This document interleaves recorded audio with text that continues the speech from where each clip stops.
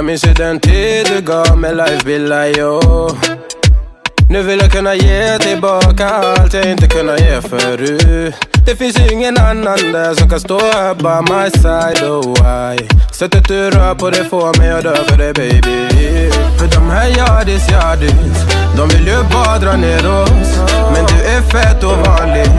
Och det jag lägger all min tid och jag vill ha det. Du får mig känna safety. Jag kan nog leda baby. Och jag kommer aldrig ändra mig. Aldrig kommer aldrig känna så. Yo, morning. What's up, y'all?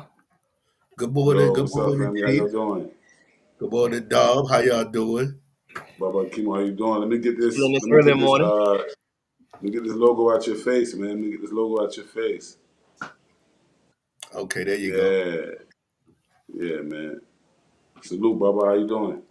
I'm great, man. I'm battling a little head cold here, but I'm here, so we gonna do what we do. Yeah, man. It's been one of them weeks down there, huh? Tell me about the flood, man. Orangeburg flood. Man, let me tell you, the bird got hit hard. We got hit out there. We got hit out in the country. We got hit out in Bamberg. We got hit out in Calhoun County. Bridges and roads have crumbled. I mean, Yeah.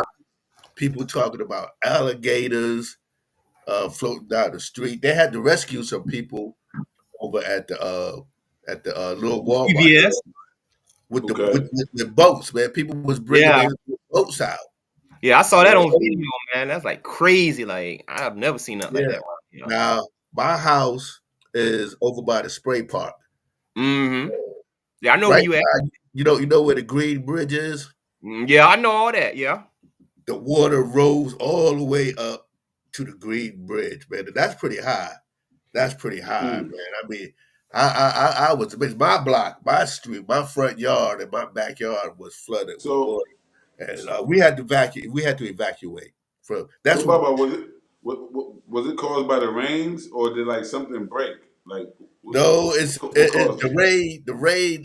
A quick flash of rain fell. A lot of rain fell in 24 hours, and I think the river overflowed. I think a lot of it is underground, you know, but because the way, excuse me. Yes, okay. That river, man, it went. Dom know what I'm talking about. The river went all the way over to Little Walmart, and that's covering maybe a quarter mile.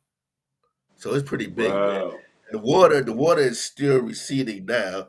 And then, not only that, Chief, on top of that, we got some monkeys running around loose in Owensburg.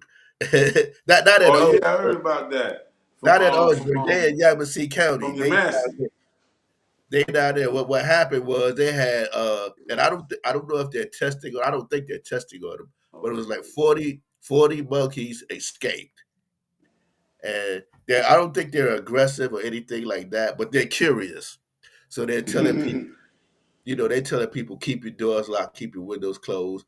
And, I hope nobody don't shoot them because, they out there in the country. Them boys got shotguns out there in the country. They do.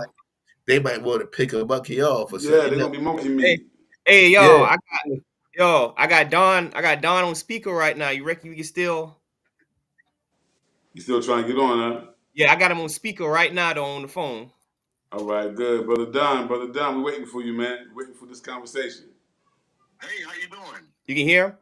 Yeah, we're doing good, brother. We're waiting for you, man. Hopefully you can pull it off. I'm having some issues on this end. I don't know what's going on. Okay. It's all good, man. Well, keep trying. As soon as you come backstage, I'll bring you right out. Okay. We might be able to ask him some questions while he's go ahead. Yeah, go ahead and do that. Yeah. Chief, let him talk while we got him on the line. Yeah, but we want to make sure that the people out there can hear him. Make sure we get his voice clear. Mm-hmm. Can you get his voice a little clearer? You see, I got it on speaker 9. Bring it a little closer to the mic. All right. Don, just start talking. You can hear me? Yeah. We can hear him. I can hear him fine now. Brother Uh-huh. Don, how you doing? How you doing, Brother Don Washington? I'm doing fine, and you? I'm doing great, brother. I'm doing great, man. We're here waiting for you. We want to see your face. We want to chop it up about this genealogy, about Springfield, about Norway. Yeah, Norway, Springfield area. Yeah. Um, we trying to connect. We trying to do a connection. With the Gullah community. Absolutely. Yeah, we're trying to connect everybody, and like I said, we won't be able to connect everybody, but we're trying to get everybody that we can possibly think of. Well, Dom, I know you got us on the radar because you do know that we're planning our festival, and I know you doing your thing up there in Norway. You got your building up and running yet? Because I know one time you was trying to get a building where you was keeping your records and everything.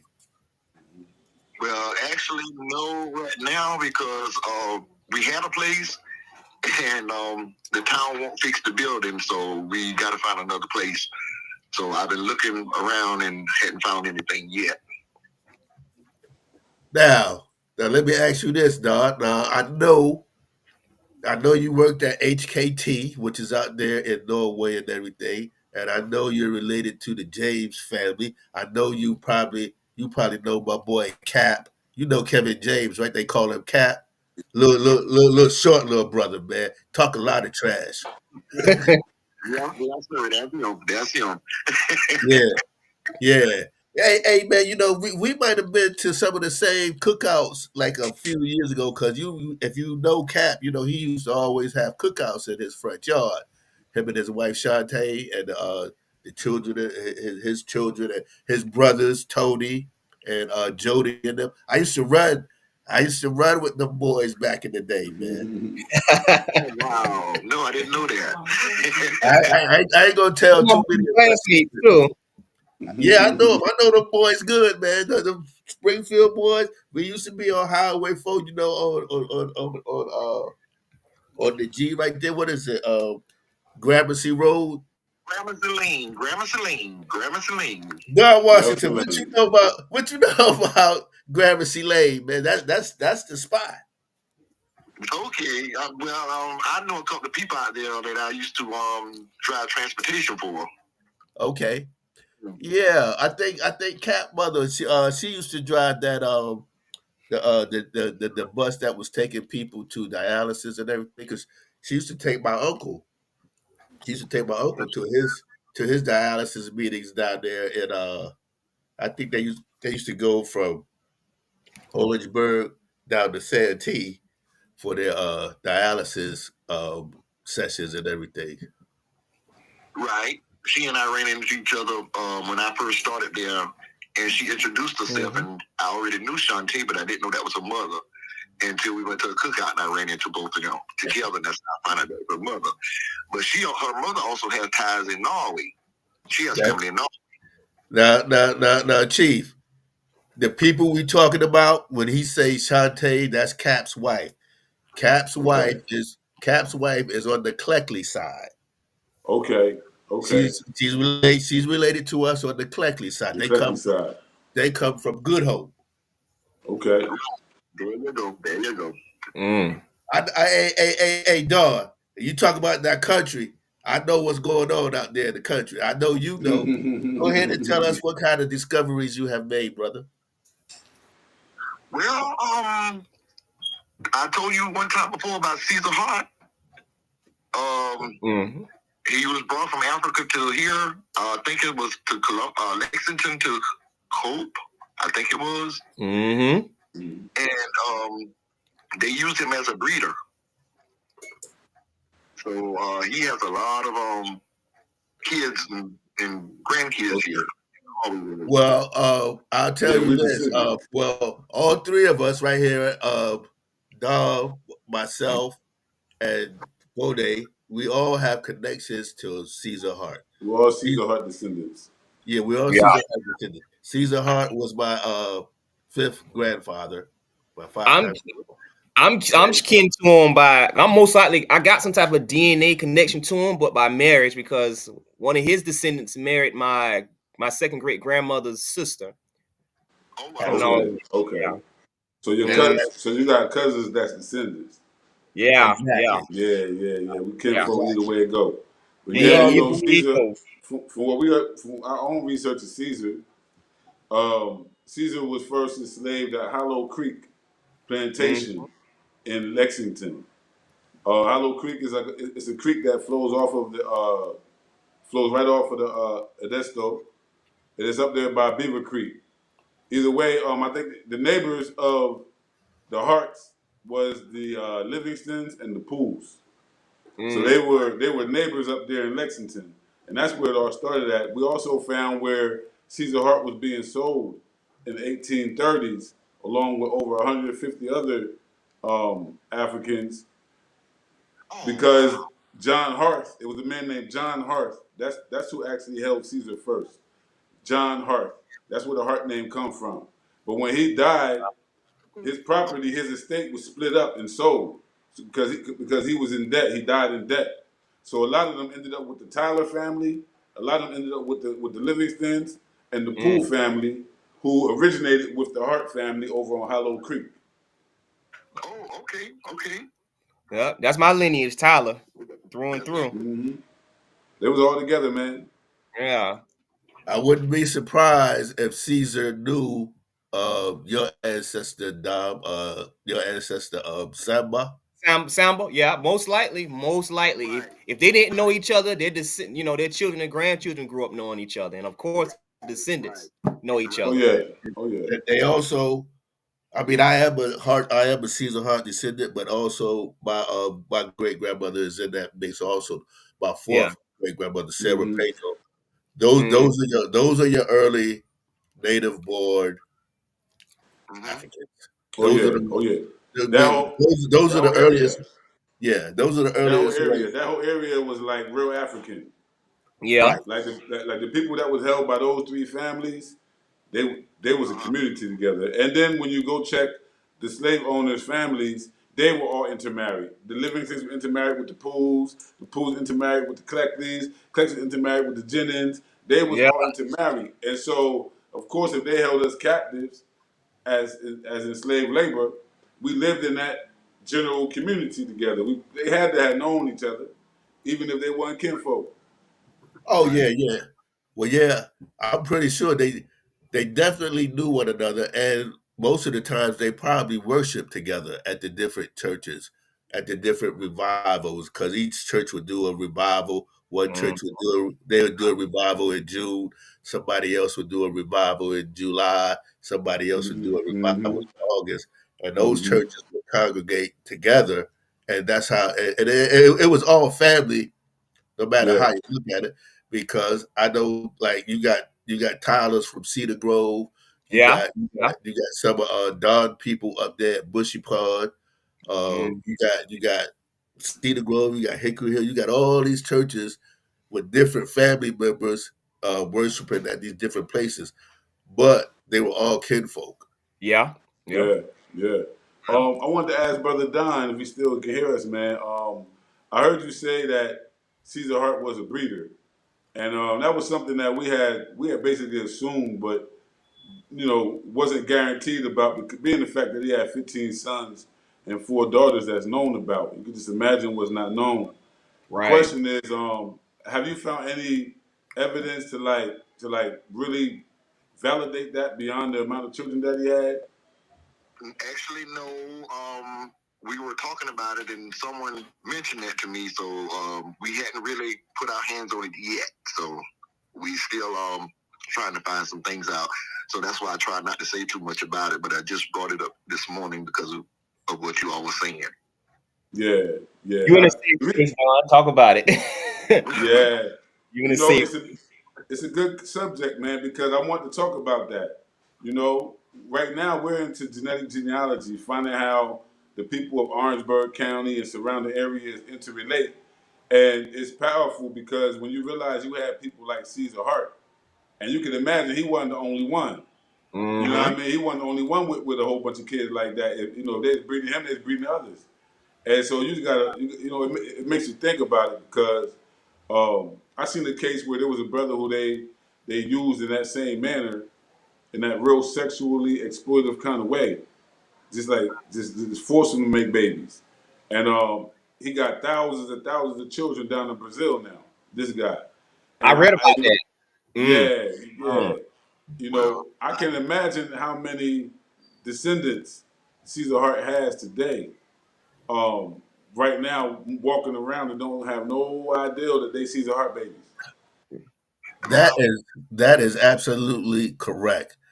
When I did my DNA test, I found out that I connected to at least 100 of his descendants, and I'm pretty sure there's a lot more that people may not even know they're connected to him. Just like Miss Rosa Dominique, Mm-hmm. she's connected to Caesar. She had no idea. She knew she was a Livingston, but she had never heard of Caesar Hart. Look, my Yeah. mom she got excited. That's us, in the same sorority together. So she's like, that's her Sarah. But what you was saying, Don? I was just about to say, we as African Americans, blacks, what have you, need to be educated on this type of stuff because when I started doing this, I had a lot of family members that were against it. You had no business doing this. You had no business digging this up. And like I tell them, you can't control the past. You have to go on with the future. And There you go. it was a mess. I mean, because we had a lot of interrelations or what have you, and they were sweeping it under the rug and hiding it. You can't hide it. No. And I was telling you, you never know where you're going until you know where you've been. That's Mm. right. That's right. You know, our research has revealed people who appear to be related to Caesar from this particular region, Liberia and Sierra Leone. And it's amazing because when you think about it, even in the United States history books, they tell you that they brought us over on slave ships 300, 400 at a time, 500 at a time, meaning that none of those ancestors came by themselves. They Mm-hmm. all came with a whole group of other people. And there's no telling how many relatives or Mm. whatever came at the same time as Caesar came. Mm. And could have ended up in Georgia somewhere, ended up in Puerto Rico somewhere, ended up in Virginia somewhere. And so it's great because we're able to identify Caesar Hart as a Kunta Kinte. Somebody who was born and partially raised in Africa, survived the Middle Passage, survived the auction block humiliation in Charleston, was brought up the Edisto River, and Mm-hmm. ultimately first enslaved at Hollow Creek. And from there, you just got to imagine that he already survived all of that and then was used in a certain kind of way, so it appears, to be a breeder. End up with at least almost 20 children. That now we're talking about hundreds. And Baba talking about a DNA test with hundreds. Imagine the family that ain't DNA tested. Right. It's only like 1% of people DNA testing. It ain't even 1% of a DNA testing. So if you got 100 in your matches, just imagine. Yeah. And I'm glad, Don, you took a stand against them saying that you shouldn't be digging because we believe no stone needs to be, every stone needs to be turned. Every stone. Right, You know. right, You don't gotta talk about the incest or taboo aspects of the history, but nonetheless it happened. And you don't have to like it, you don't have to accept it, you don't have to embrace it, but it happened and ain't nothing you can do about it. Nothing.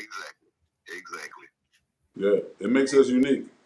Exactly. Then you brought up a good point, cuz you were saying like on the boats, we was getting to know, different nations would get to know each other on the boats depending on how long the ride was. And before that, in the villages where they came up with different kingdoms or whatever, they knew each other. Right, right, right. So Well, hey.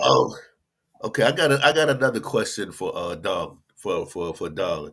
Uh, Don, are you familiar? I believe, and I think we might have spoke about this before.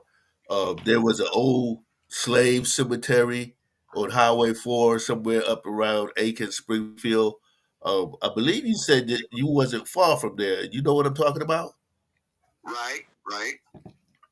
Um, oh God. It's on some property right past Samaria Church, and the guy that owns it, I was told that he has it blocked off now and didn't want anybody, going out there. So I'm trying to get in touch with them to see if I can talk with them about, going out there. But one of the ladies that does research in Aiken County says he won't allow anybody out there. And I can't remember what her name is. Oh God, I can't remember what her name is, but she does research on the Aiken County side. Okay.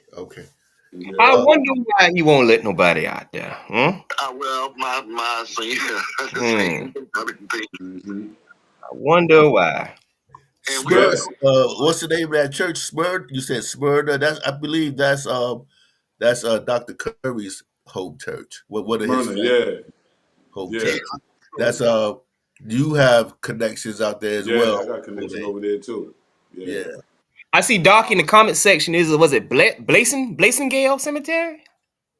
Yeah, I think that's the name of it. Okay, Blazing Girl. What is it called? He said Blazing Girl. Yeah, Blasingale. Yeah. And then I think it's one. I'm not sure about that one. It's one on right down from me. It's called Morgan Cemetery. Someone told me that there were slaves buried out there, but I hadn't gotten in touch with anybody to find out was that true or not. God, it's off of Highway 4, Springfield. Okay. Well, Don, how far have you gone back in your genealogy work?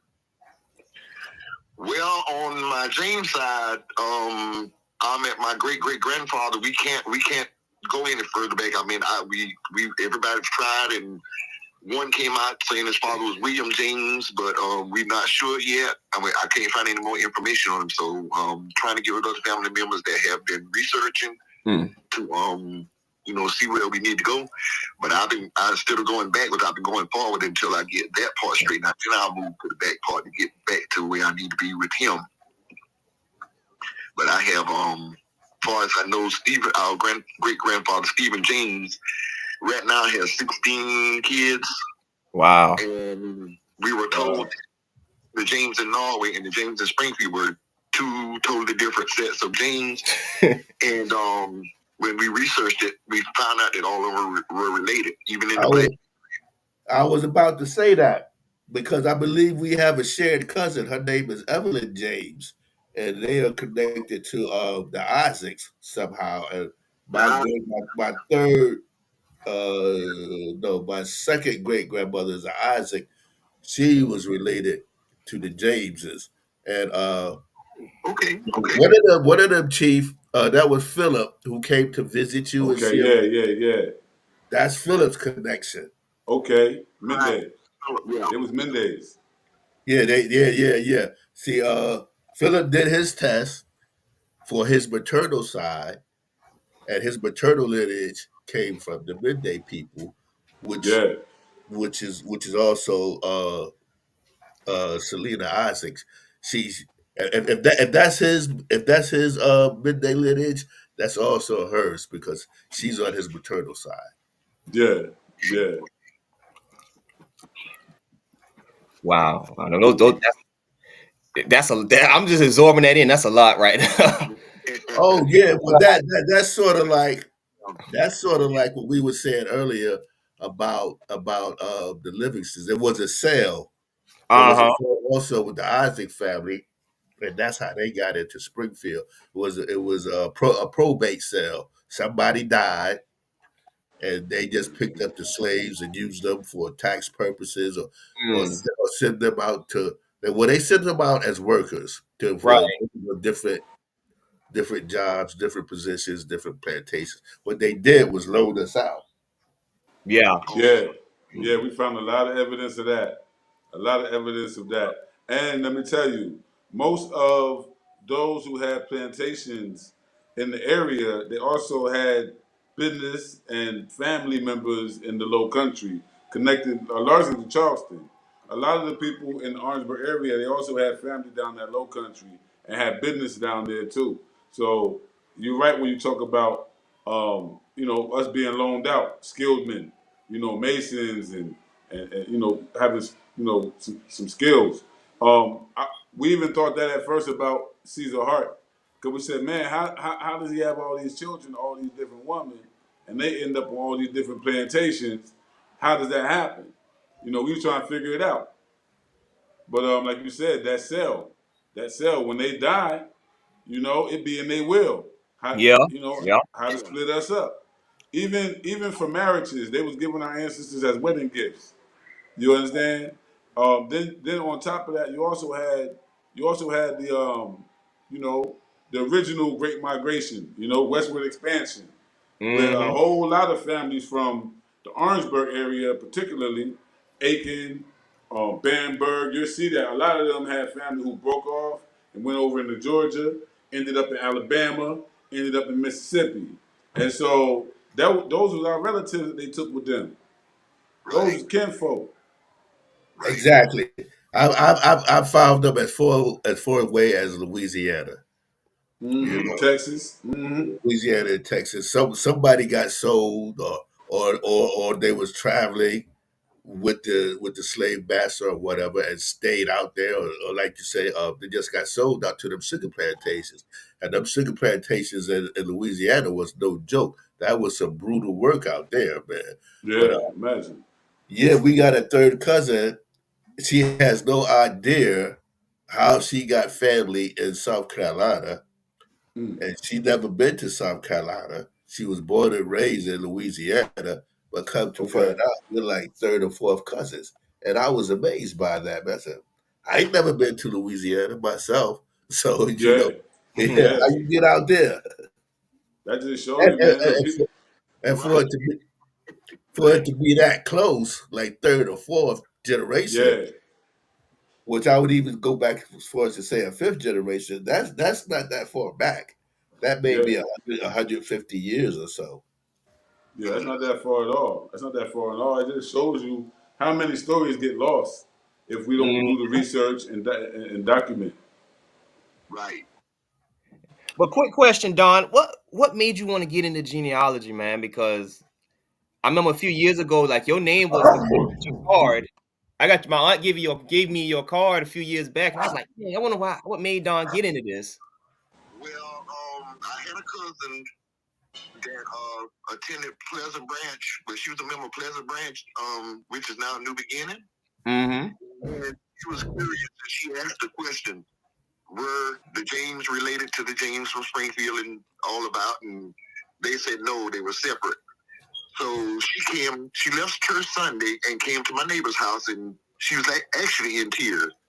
And I was happened to be walking in, and she called me and she said, did your grandma ever mention anything about the James and all and James and Springfield related? I said, well, no, but we had an idea that we were. So that's what made me started doing research, and I started that in 2016. Wow. Yeah. You Well, So well, Don, since you're so well known out there in the country, what kind of techniques do you use? Do you ever you go through like old family obituaries? Because I find that to be very useful. My Yeah. mother, um my mother had a shoebox full of obituaries, and I started connecting different family members like that based on oral stories that my mother told me, and then going through the box of obituaries, I'd be like, "Oh, so and so is related like this. Right. Who was this is so right, and so's grandchild? That's who that cousin is connected to." It's amazing what you can find out from those obituaries. Yeah. right. Now my grandma kept every obituary that every funeral she went to, she kept the obituary. So we had a lot of older ones, but they got burned up in a house fire. And after that, I started, going different places and asking the people for them. But a lot of people ask, what you want with them, what you need with them. I tell them what I need with them. Some will give them to you, and some won't. But I have over 1,000 something obituaries, and I just go through each one, and I write my little things out, who's kin to who and how they're kin, and I try to match them up with others. That's how I got a lot of information. And Because I know you have done a lot of interviews with the older folk as well. You find out anything interesting as far as interviewing the old folks. Yeah, I mean, I found quite a bit, but a lot of the older folks that knew a lot, they gone, and nobody had ever really sat down with them to find out anything. So, the ones that I talked to now, like 65, 70, they know a little bit. They don't know a whole lot. So we've lost a lot, Yeah. Yeah, I sit around and I used to hear my grandma say certain things, and I kind of wrote it down and I kept it, and some of the things she told me was true, So I go by that too. Obituaries, word of mouth, little things like that, and have to go and, I go and look through the old newspapers, and I found a lot of old obituaries, I mean, the newspaper write-up obituaries. Yeah. And we had this young... Now, Donald said you got about 1,000 different records or something. Yeah. Even this young lady, her and her three brothers they didn't actually get burned up in the house, but they got burned. And a couple of days later, the two brothers died, and she was trying to find out, what went on. I found a newspaper article, so I got to give it to her. I hadn't given it to her yet, but it's going to be very interesting with her when she gets it. Wow. And digging into our history, we're gonna run into a lot of tragedies. Oh my God! Yeah, you're right. You're right. I even I found a newspaper article where the guy, I don't know whether he was mental or he flipped out or what have you, and he went next door to the brother's house and he shot up a couple of the family members, and it was crazy. Yeah. Oh man. I found an article back in the 1920s. This happened in Bamberg County, man. The daddy, I don't know why he was so angry and upset, but he took an anvil and he beat his daughter. He beat his little 8 or 5-year-old daughter to death with the anvil. Like, Oh man. I'm not gonna call the family's name because certain, that made me sit up. Like, man, Yeah, man. right now. Yeah, man. I'm going to ask a question because I was very interested in this. I found two old calendars in this old house. It was an 1890 calendar and a 1908 or 1909. And when I looked at the staples, they were very rusty. I wanted somebody to look at them and see if they were actually real, those calendars from those days. Y'all can hear him? Yeah. He said old calendars from the 1890s. Oh man, I would love to see that. You found them online or you found them in somebody's house or something? It was in this older house, and we were plundering through the house, and I happened to find them. And I'm trying to figure out whether they were the original calendars or whether it's some, trade offspin or what have you. Yeah. Somebody who watching right now, Dr. Curry, he's always emphasizing to doing this research, and not only researching it, but documenting it in terms of for preservation and telling the stories and whatnot, right? So I'm like, right now I'm thinking, one, when Baba Kimo asked you about the cemetery, we don't know where it's at, we don't got access to it. A lot of the records we have are still there, but are they being protected? Are they being, preserved for future generations? So it's bringing the conversation of preservation and the work that we have to do collectively as individuals and as families locally to dig up this research, to bring it together in some kind of communal kind of way, some communal kind of presentation, because it's bigger than even the individuals that we're finding. All these stories belong to us literally by inheritance. This is our legacy. Yeah. You know, I want to ask you, how do you see preservation, the issue of historical and cultural preservation within Orangeburg County, the state of it? What can we do better? You asking me that? Yes. Yeah. He's I never really thought of that, but make it up as you go, Don. Good question. Because what I was trying to do is find a building big enough to reserve, have those things on display, and you have have people come in and you you talk to them about it and teach them, I'm not teach them so much as teach them, but just, have it on display so that they can learn from, our past. And a lot of kids, they do those book reports or the I'm trying to put my words together, the family trees, and they have a lot of problems trying to put them together. I wanted to have a place there so, you can come in, you can find out everything you need to know about that ancestor, and like those girls you found in the wood college. I mean, not college. College. I think about you. Carlos, my daddy name. He just mistaken. Yeah. On display, and let our kids from, future see our past, Mm-hmm. Yeah, I plan to do that. I really do plan to do that because, right. I'm finding things. While I go on my little nature hikes, my little expeditions, I'm finding some interesting things that, that help tell the larger story of the Orangeburg Man, County. talk about that. Talk about that, man, because you found some. You was over there in the sugar mill. Talk about that, man.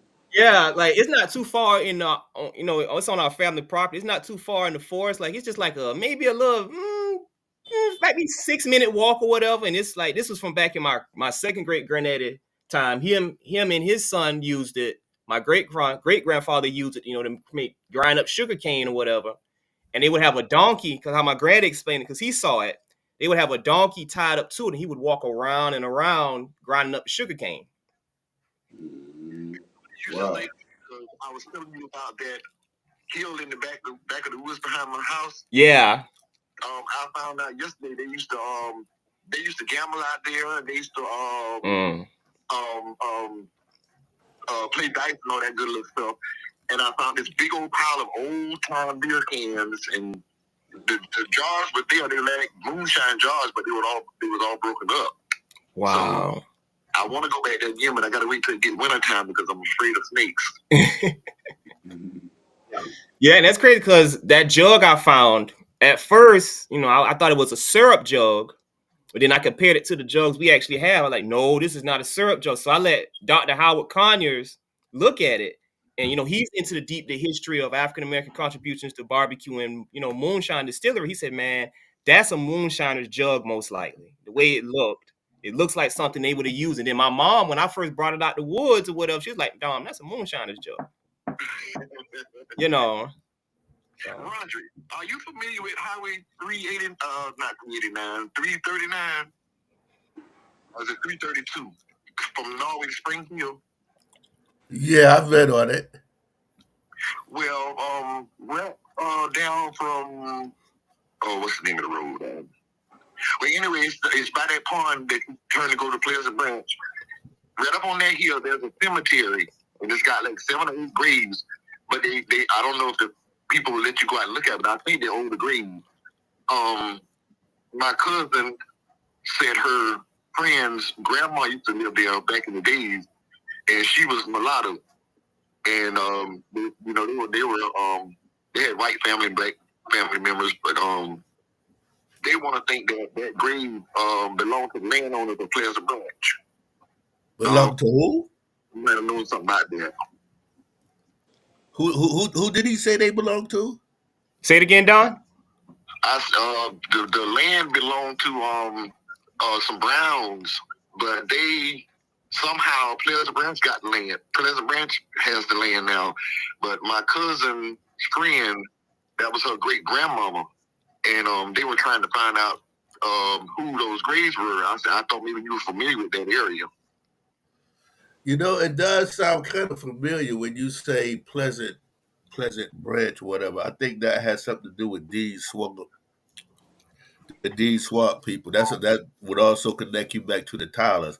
But and yeah. the Stromans, because because Stroman plantation Terry mentioned months back. I found it. And Jacob Stroman was the owner of it, and the church, Rocky Swamp Church, if I'm correct, that's the place where the plantation was, and his son had a plantation on Dean Swamp. Yeah. You were right, Trey. Yeah. Because I was, when I first started doing this, I was trying to find out who was the mother church of Pleasant Branch in New Beginnings, and this guy told me, he said, we thought it was, what's the name of the church? On Columbia Highway. I can't remember the name of the church. But anyway, we found out that it was the Rocky Swamp Church. Mm-hmm. They purchased the land for us, and they built that new Pleasant Branch Church. And we got a kind of confusion on that. So that's what we're trying to figure out now. Who owned the land and how was it given to them, you know. Well, Don, what church you go to? Pleasant Branch, but it's now New Beginning. So they must have converged or something.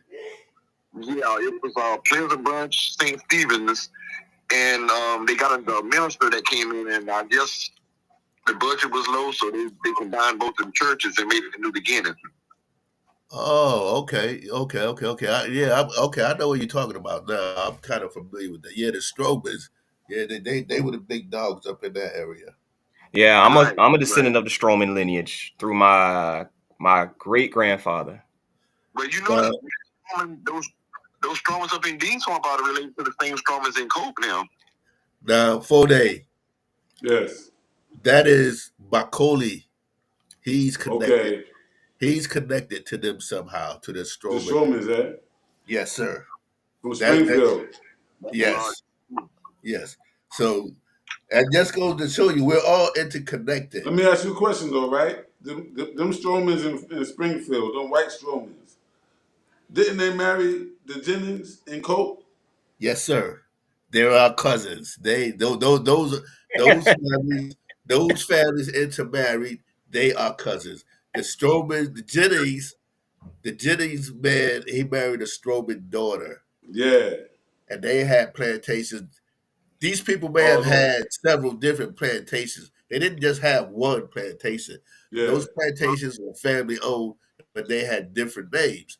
But they were owned by the same family, like Dean Swamp, Rocky Swamp, Willowtown. They were all owned by the same group of families. Yeah. They call them the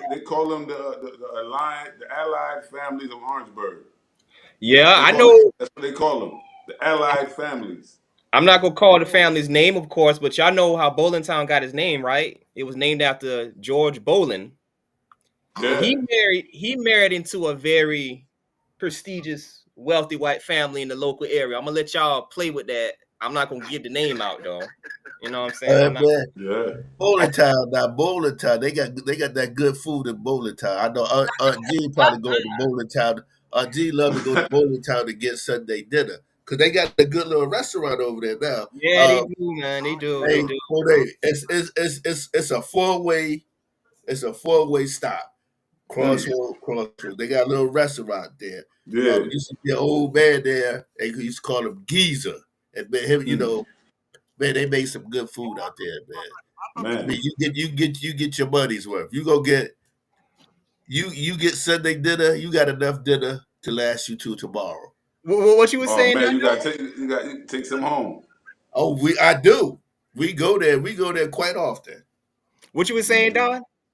So where is this restaurant now?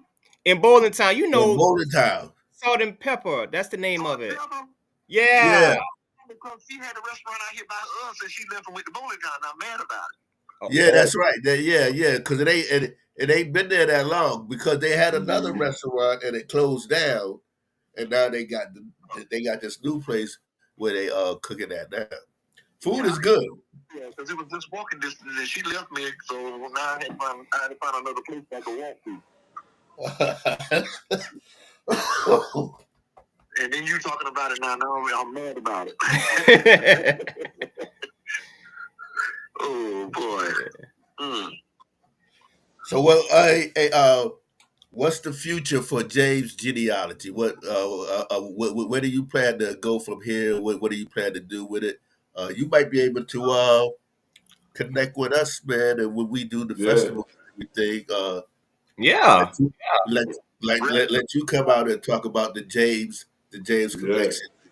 Yeah, I'm thinking we should be organizing some workshops, some how to, so we can teach people how to go about pursuing their, genealogy. We can organize those kind of things. What you were saying now, Don? Right now, I'm kind of hanging on a limb because I've talked to a couple of people about trying to find a place, and the mayor in Springfield and I talked a little bit, and you know, I think he's gonna try to help me. I'm not sure yet, but I'm kind of hanging right now. Yeah, and there's not too many places you can go. So Norway, Springfield, Nice is not too many places you can go. So I try to stay in the area so that people can, you know, find me quicker. Yeah, you be more accessible. Yeah. Yeah. Well, does he know Dr. Curry? Yeah, I know. Of course.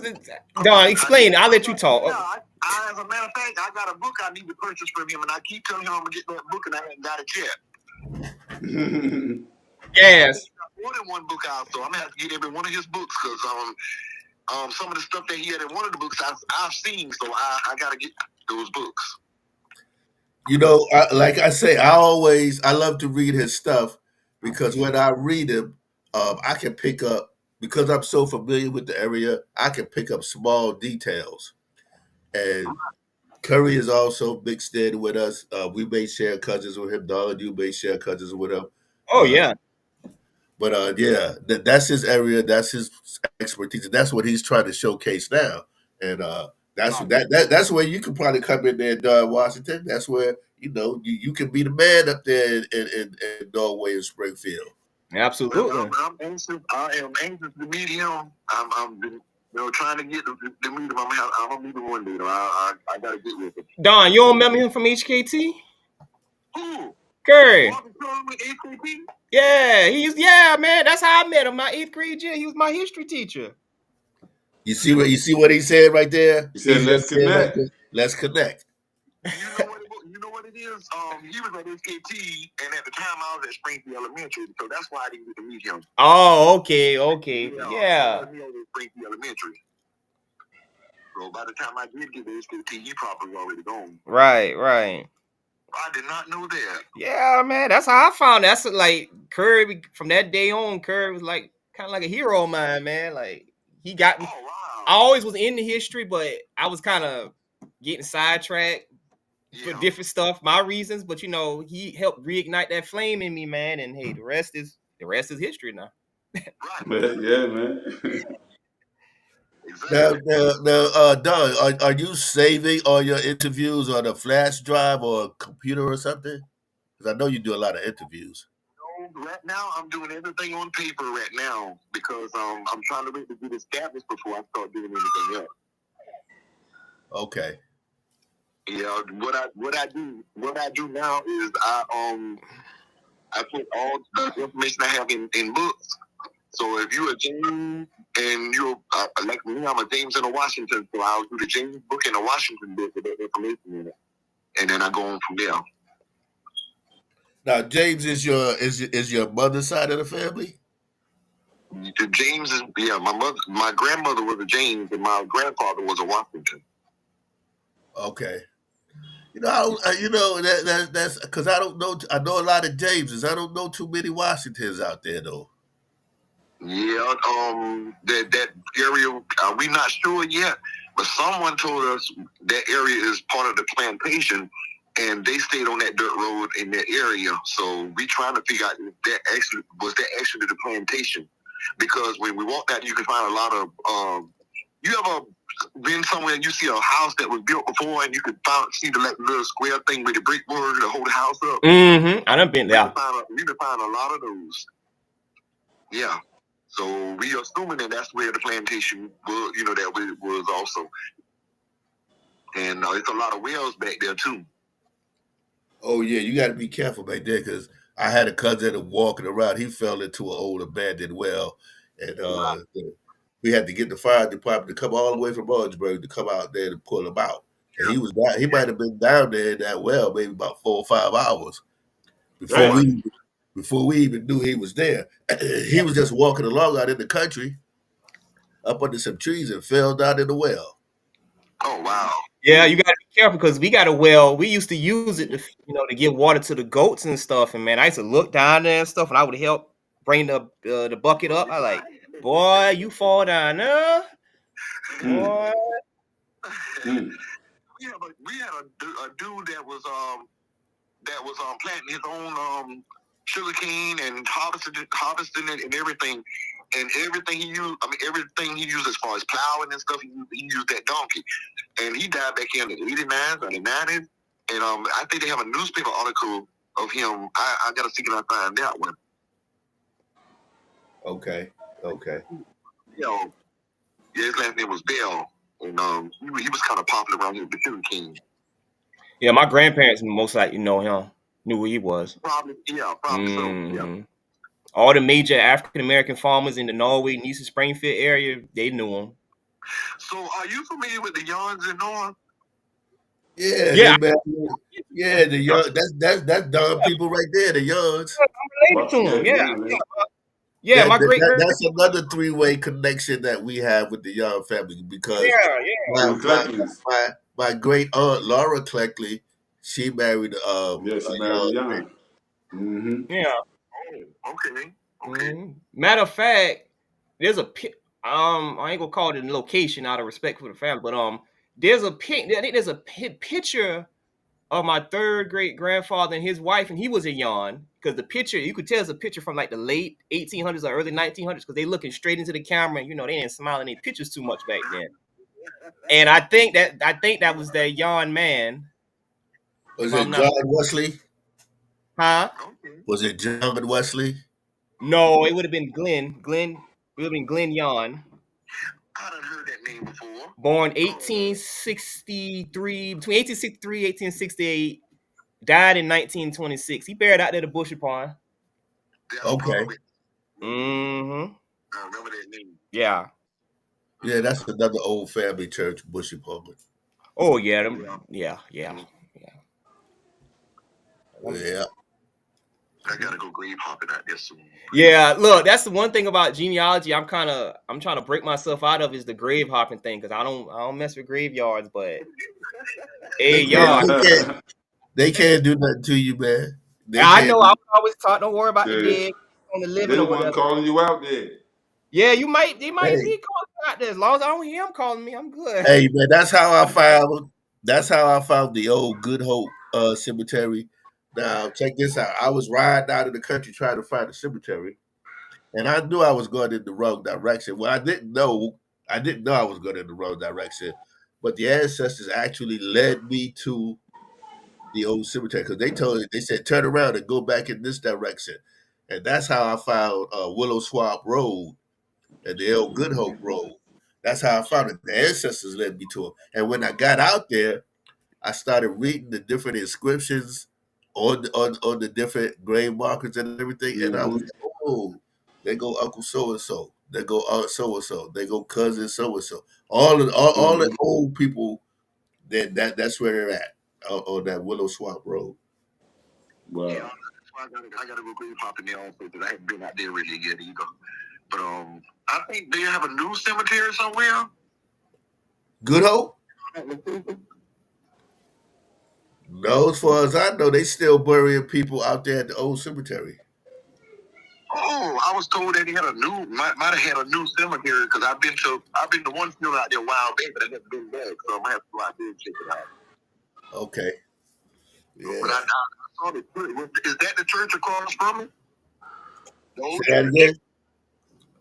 It was an old church across from the cemetery. Is that the old church from that cemetery? Oh yeah, that's the old Good Hope across the road. It's a burnt up building. That's the one that caught on fire, and that's after that caught on fire. That's when they moved to Carver School Road, where they're at now. Okay. Yeah. And basically them connections, because you know this better than I do, Baba. The people of Good Hope connected to the people of Macedonia. Oh yeah, Macedonia, Emmanuel too. Yeah. Yeah, that's where my people were at. Every church you run into out in Cope, Norway, they're all family related. Yep. Different branches of the family just went to different churches. Some of them became AME. Some of them became United Methodist. But that's how they all started from. They all started from the brush carvers, the bush carvers. Yeah. That's 1863. Yep, 1863. Okay. Right after that, that's right after 1863, 1865, they started bringing their worshiping out of the harbors and said, "Well, it's time for us to build a church." So they started building churches and they started the Masonic lodges. Yeah, I was just Yeah, about to say. Oh, yeah. okay. So, Baba, what people from what plantations would made up those early congregations? Was Well, it the Zimmerman? Was it the Zimmerman plantation, well, that Zimmerman Easterlings? plantation. See that those Zimmermans that you're talking about, they're in this area, but those Zimmermans came from Cameron, South Carolina. They Okay, came they came from down that Calhoun County way around St. Matthews, and they're a bunch of mulattoes. They they're mixed, okay, but it's a lot of them. It's a lot. There's a lot of them that live out on Highway 4. Now, you know who's good friends with them? Our good friend Senator John Matthews. okay, He's okay, friends. He's very tight with the Zimmermans. And you know okay. who's also, I think, caught up in that family? Don, let me see how good you know with the singers of the day. You know Sierra, the singer? Yeah. She's got families. Her people are what the Zimmermans and the Penderdarvises, if I'm correct, in Nices and in the surrounding Okay. area. In Yeah, Lisa? Yes, sir. This ain't Andre County in general. I gotta go back and rewatch that episode, but yeah. Wow. Mm-hmm. Oh man. The Okay. singer Sierra. Okay. Wow. So, Oh so are yeah. you in the Treadwells? Say that again. Are you familiar with any Treadwells from Orangeburg? it's Uh, just not me. What about y'all two? Y'all familiar with any Treadwells? as a family, I know there's a street called Treadwell that used to be very, very. It was well known back in the 50s and 60s because they were part of the civil rights movement. They was all before the Orangeburg massacre and all that stuff. Okay. Back when the at that time they didn't even call them the Klan. They called them the White Citizens Council, and they were very active back then. But Treadwell was like where the bougie Negroes were from Treadwell. Matter of fact, I got a partner, man. His grandfather or his great grandfather was one of the first doctors in Orangeburg, and Okay. he still has that family property in the family today. It's over there on Treadwell. Matter of fact, he lives in the house where his grandfather had one of the first medical practices in Orangeburg. Oh wow. Okay. Mm-hmm. And I told you that the first major case to end up, I think it was the very first case the NAACP did took Yeah. place in Orangeburg, specifically in the Big Norway Frankie. area with Pink Franklin. Yep. Mm-hmm. Mm-hmm. Yeah. Wow. Mm-hmm. Yeah. Norway has a history. Norway has a big history of uh, black resistance, black resistance to racism, to Yeah. terrorism. They used to try to terrorize us, and we used to squad up. All the Yeah. churches, the families used to stand together. Don, did I ever send you the letter?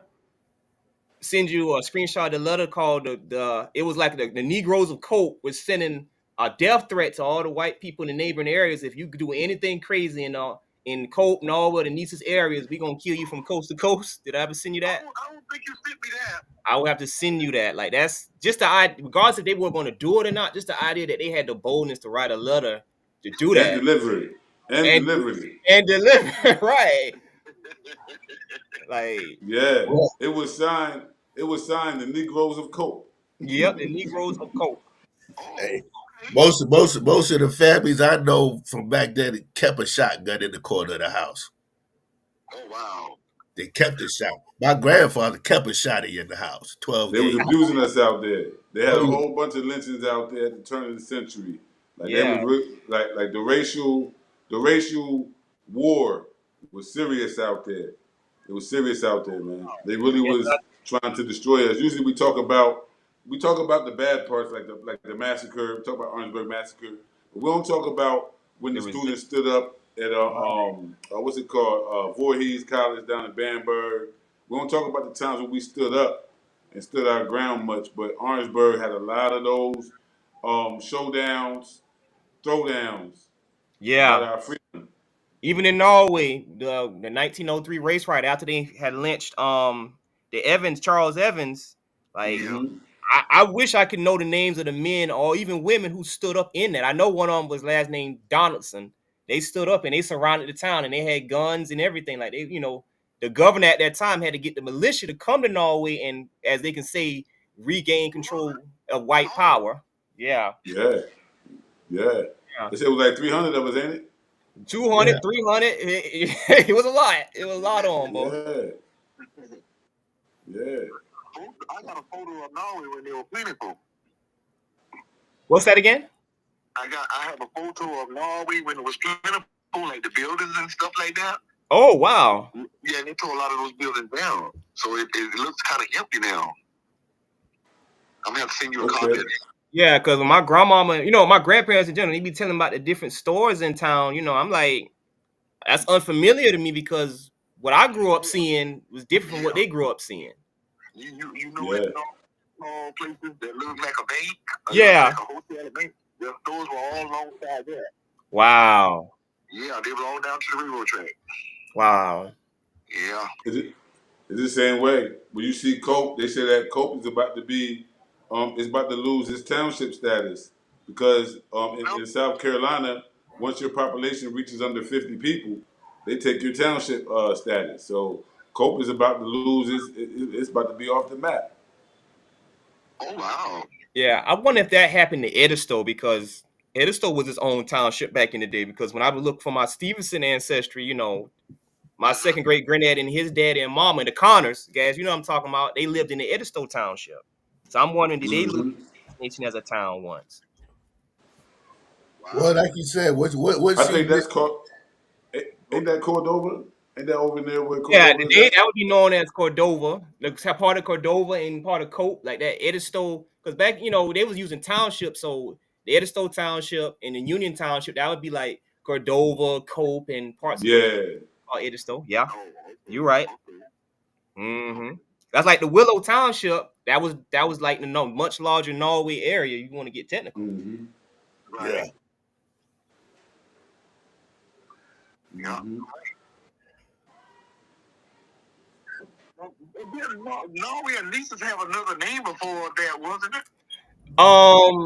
Yeah, in the Blake and Hart, I think I showed y'all the book, the Blake and Hart family reunion book.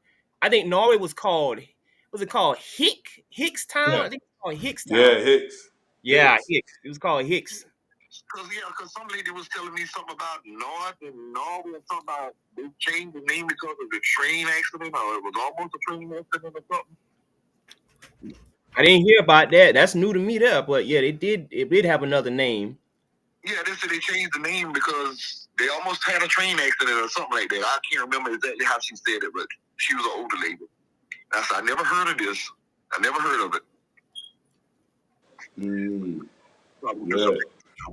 Yeah. You know that whole area, Norway, Livingston, that whole area right there. The white citizens tried to get that converted into a disco at one time and even break away, ain't it? Yeah, they did, and they wanted to call it out of all the names you can think of, Edisto. Right. The most Orangeburg sounding name, Edisto. They want to call it Edisto, but I guess the other people's like, nah, we ain't for that. No. Yeah. They ain't sign off on that one. No, they ain't. So I know this is not related to the ancestry stuff, but I need to ask a question. The Edisto River, is it flowing from Springfield to Orangeburg or from Orangeburg to Springfield? Because I'm confused. Say that again, Don. Say it a little louder. The Edisto River, does it flow from Springfield way to Orangeburg, or does it flow from Orangeburg to Springfield? Because I'm kind of confused. Well, I would guess that it starts in the upstate and goes down. Edgefield. Yeah. Around Edgefield. Right. It goes down. It goes down to the low country, down to the Edisto River basin. Yeah, it branches as well. You got the basin down at the coast where it connects with the Ashley Pool and the Combahee. It connects with other rivers down in the basin. But once it reaches like Orangeburg County, it splits. It has a fork. So it goes north, it goes south. Like the south Edisto goes right near Bamberg. The north cuts right through Lexington, cuts right through Calhoun. And then, so our communities was in between the north and the south fork. Mm-hmm. Okay. I know it wasn't related to that, but I was curious about it. Yeah. Well, the Edisto River is important too. This is so you understand too that the word Edisto is a Native Indigenous American word. It's a Native American word. There was a people who already used that name to identify themselves, their land, their country, everything. It was considered that was their name, Edisto. But when the Europeans colonized, they kept a lot of the names the same. The Santee, that's a Native American word. The Ashipu, Native American word. So they kept some of the waterways Native American because originally they used to go up those waterways and trade with the natives. And so when you see Edisto, you got a whole land base, and it means black. Edisto means black. The reason why they call and you see the Edisto River is a black river. So it was easy for them to travel up and down that river from Charleston, from the coast, all the way up and down, because it wasn't really the river didn't run. It was easy to move around it. So they used that to take our ancestors up into that Orangeburg. Okay. Mm-hmm. Mm-hmm. We did trade all up and down the Edisto. Yeah. Okay. Lumber mills and rice plantations. Yeah. Because Stroman Plantation was both a rice plantation and a cotton plantation. Mm-hmm. Yeah, indigo. Indigo in Calhoun. Mm-hmm. Calhoun County had a whole bunch of indigo plantations. Then you had what was it, limestone, cuz? Yeah. Dr. Jameson had limestone. He was that what we was talking about last time, that color family. Remember we was talking about the colors? Yeah. Well, they had limestones as well. They were producing lime. You had to dive down into the river to pull. Yeah, down there, yeah. Pull the That's limestone. what Boston Livingston was doing. Yeah, that was his job. Mm-hmm. That was his job, to dive in the river and bring up limestone. So, hey, he must have had some real strong lungs or something. Yeah. Imagine. That's a Yeah, who knows how many times a day he had to dive down in the water and pull something up. They don't care. They just want you to get the stuff He up. died over there, man. Matter of fact, I think they were using the limestone to build roads. Yeah, bro. Yeah. They was. Those first roads from Orangeburg to St. Matthews was made out of limestone, and they used limestone from there. Right. Okay. Matthew and Mr. Gas put me on the maps of how Orangeburg County, Orangeburg and all the surrounding counties over time came from one large historical Orangeburg district. And just over time, they carved up pieces of Orangeburg district and turned it into Barnwell.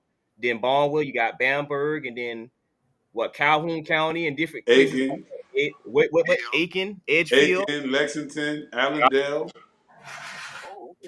Yeah, Orangeburg hit before 1880 stretched all the way to Charleston and Beaufort. Yes, sir. Sir. Yep, the larger Orangeburg area. If you look at a map before 1880, Orangeburg stretched to Charleston and Beaufort. Oh wow! So let me ask you a question. If I was to look for the 1860 census, would I do Orangeburg? It'll be Orangeburg District. It'll be Orangeburg spelled with an H at the end. District. Mm-hmm. So from 1768 to 1868, Orangeburg was governed as a district, and it wasn't spelled Orangeburg with a G. It was spelled Orangeburg, the last letter H. And so only after emancipation in 1868 did they break Orangeburg District down into a bunch of different counties. Well, they started to. Calhoun broke off last.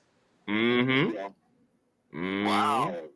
I'm glad you said that. And parts of what's known today as Berkeley, like for instance, Utahville and Holly Hill, those originally That was originally part of Charleston, and then come in the 1880s, Berkeley County. They made it Berkeley County, and then That's right. between 1908 and 1910, they annexed Holly Hill and Utahville to Orangeburg County. Talking. Explain some things if the listeners, they explain some things, right? Mm-hmm. Okay. Yeah, them two, Matza and Mr. Has put me on it.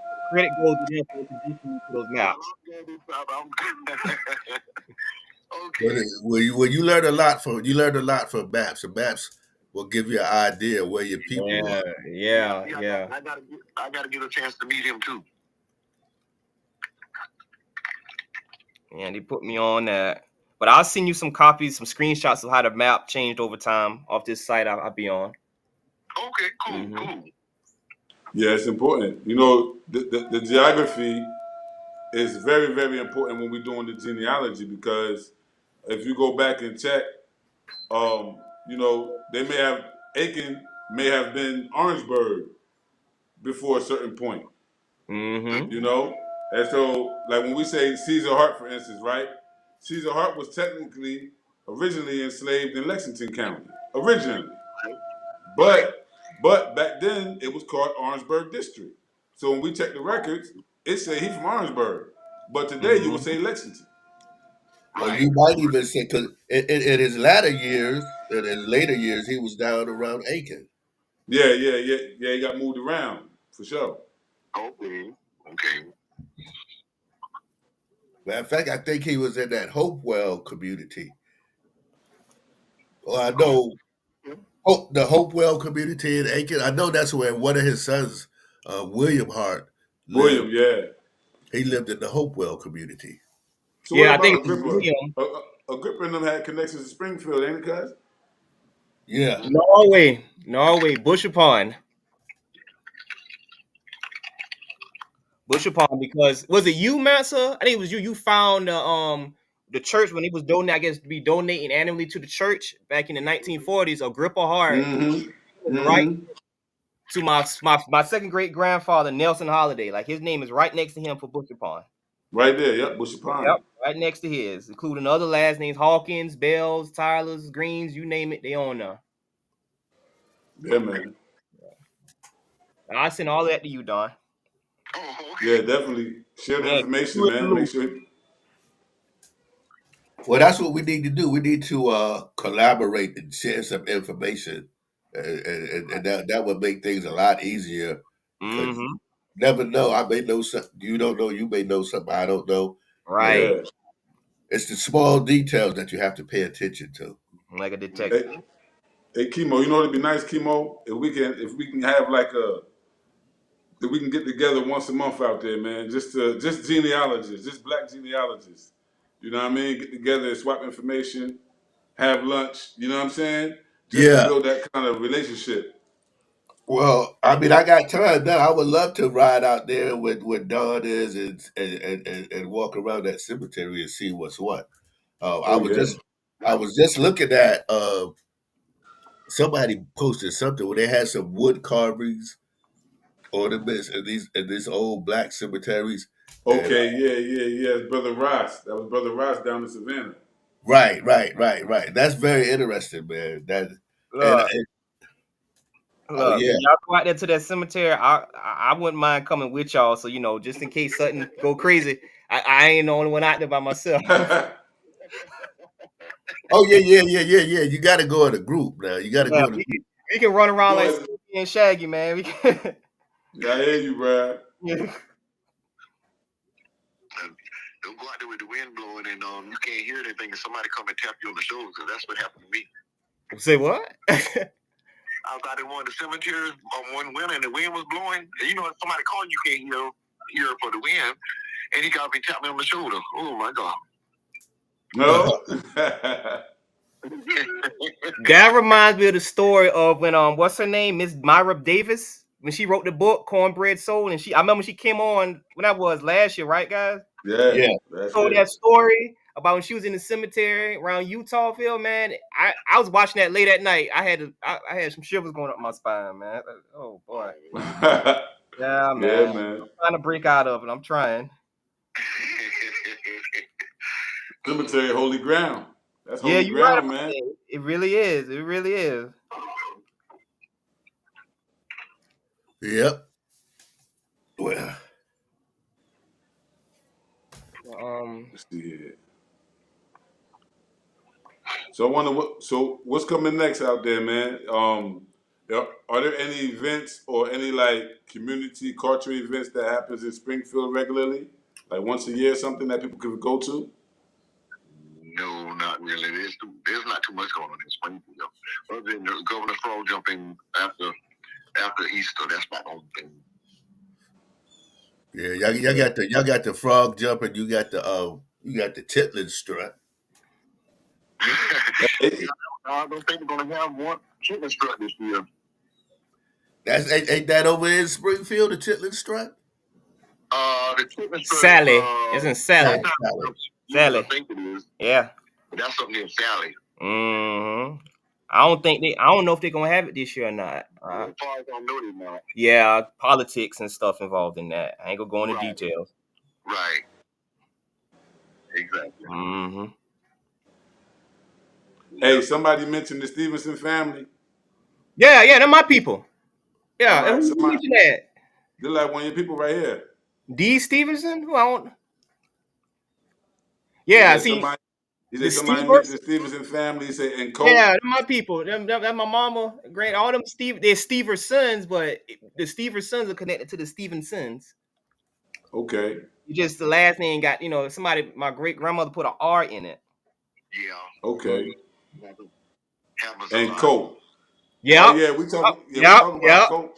Yep, right there, yeah. And funny you should say that because your holidays do the same thing. Yeah, I was told that. I was told that, like, because me and my grandma, well, we had a discussion, like, it doesn't matter if you put an extra letter, you take an extra letter out by genealogically speaking, you all still related. Right. The history's still gonna be there. Like, yeah. It's interesting you would say that. The lineage don't change. No. Lineage don't change. You can't change the ancestors. Can't swap them in. They are who they are. No, sure can't. They got the genes and the genes, so it's both of them the same thing. They just pronounced. Hold on, you said genes? The genes and the genes. That's crazy because now that goes to a larger conversation where we be talking about like certain pronunciations, how they've changed over time. Yeah. Now I had the assumption that only in Utah, in the Hollywood area, because I listened to this field recording from the 1960s, and this white man, Lawton Rutledge, he said that how the Gullah's language in Utahville, they would pronounce James as James. So just to hear you say that, like, wow, I didn't know it was up this way. Yeah. So yeah, that's interesting. Yeah, they had it out here too. Oh, okay. Oh yeah. I was getting confused there. Yeah. Wow, that small nugget right there is major to me. So I'm gonna write that down on my list. hey, cuz I'm telling you, listen, man, that bow is there. Mm-hmm. Orangeburg got his own little dialect, man. Oh yeah. For real. It's a mix of low country, geechee, and just regular old Orangeburg talk. Yeah, man. Orangeburg got a unique talk. It does. It does. It really does. Sister Libby giving us a shout out. Shout out, Sister Libby. I see her, yeah. Absolutely. Keepers of the culture. Shout out to the sisters. Yeah, whoever D. Stevenson is 100, like if you got a Facebook page, run me a friend request. Dominique Holiday. One L. Just put that out. 1L. 1L, no 2. That's your kinfolk, man. Yeah, she said Cope, Stevenson and Cope. Like, oh yeah, we tied up. Right. Oh yeah. Mm-hmm. You probably know. Don't you know Nathaniel Stevenson and Pearline Stevenson? No, sir. I had to ask the older ones. They go to Good Hope. Yeah, the older ones, they'll know who they is. Okay. Yeah. So we have we're gonna be bringing the first Orangeburg Gullah Geechee Festival out there next year in the spring. We're still working on some details. That's why we ain't really announcing details yet, but it's coming. And one of the features we want to be able to put the people in contact with is this genealogy movement. You know, whether we call it that or not, there just seems to be a general awakening um, across Orangeburg. People want to know, you know, who their family is, where they come from. It's an awakening, and more people coming from up north wanting to know who is we, where we come from. It's the movement right now. So definitely we have to include the genealogists and the genealogy, the local genealogy, into that festival. Definitely I'd like to have you out there. You can definitely address the people and let them know some of the ways that you've been using. You know what I mean? Because all these little methods work. All of them work. It all get us back to the same knowledge. Okay. Yeah, Don, like I told you when you was talking after the parade, man, the work you've been doing these last few years, like you are a major asset. Like you a major piece to this puzzle we putting together. Oh, okay. That's why I was like, man, we gotta get you on the show because you too much of an asset just to keep you underground. I really want to. Yeah, that's For why sure. wherever technical difficulties was taking place, I'm like, never mind that. I'll get you on the phone. The devil's always busy. Remember Ain't that? it? That's true. Yes, sir. You true about that. Oh God. But God never stopped working either, though. So Right. hey. Say that. For sure. Yeah. Y'all got any more questions for Don while I still got him online? On the phone, I mean? No, man. But listen, we're gonna have to do it again. We're gonna have to get you. We're gonna have to take care of the technical issue and get you here, man. So you can be on video. We can really chop it up. We're gonna definitely invite you back, probably sometime early next year. And yeah, man, have this conversation a little deeper, bro, because this is really where it's at. This is really where it's at right now. We got to really understand our interconnections. We come from the same communities, even if we don't come from the same ancestors.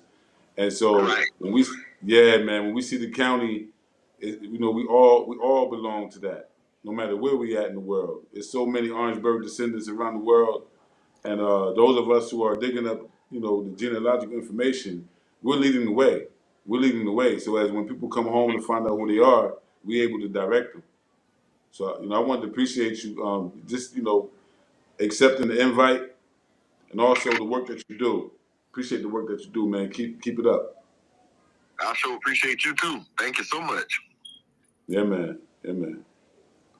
Baba Kimo, you got any last words?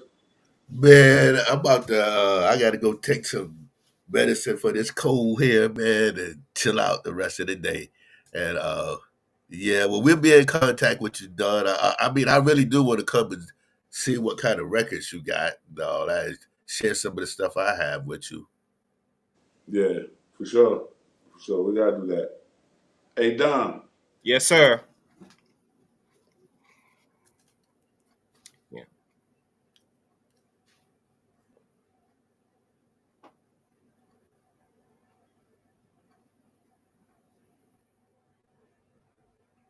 Hello? I mean, no, we can't hear you. No, we can't hear you. Oh, he don't know what happened, but yeah, oh That's Mama. That's yeah, Mama. yeah. I see that's your mom. Yeah.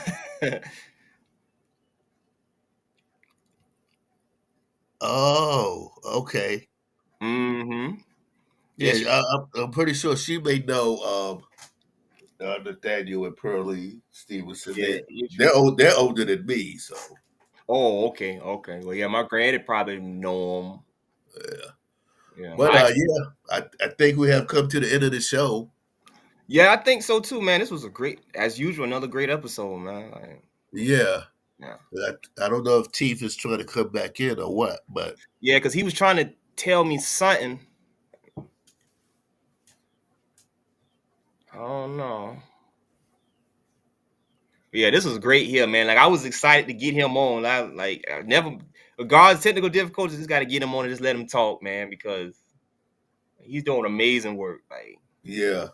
I'm blown away. Yeah. All the things he's found and all the things we don't know yet and that he has access to. Yeah. Well, that's what I want to see because, like I say, I never stop searching. I'm always searching something. Yeah, exactly. That's what we is, man. We forever searching. We never stop. Yeah.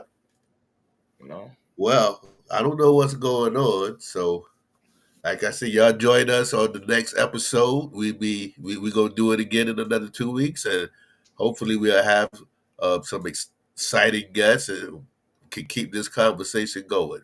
Yeah, keep the movement. You know, keep the movement moving, man. All right, Don, it was a pleasure. Not Don, but Don. It was a pleasure having you on the show, man. We got to bring you back so Yeah. so the people can see your face. Yeah, put a face to the voice.